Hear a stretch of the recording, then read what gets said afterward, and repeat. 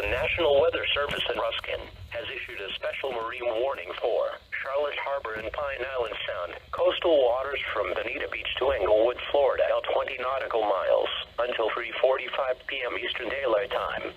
At 2:59 p.m. Eastern Daylight Time, a strong thunderstorm was located near Gasparilla Island, moving northwest at 15 knots.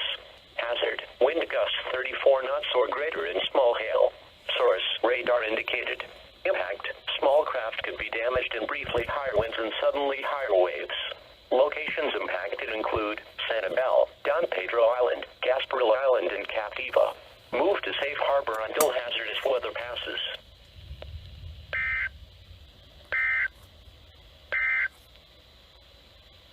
The current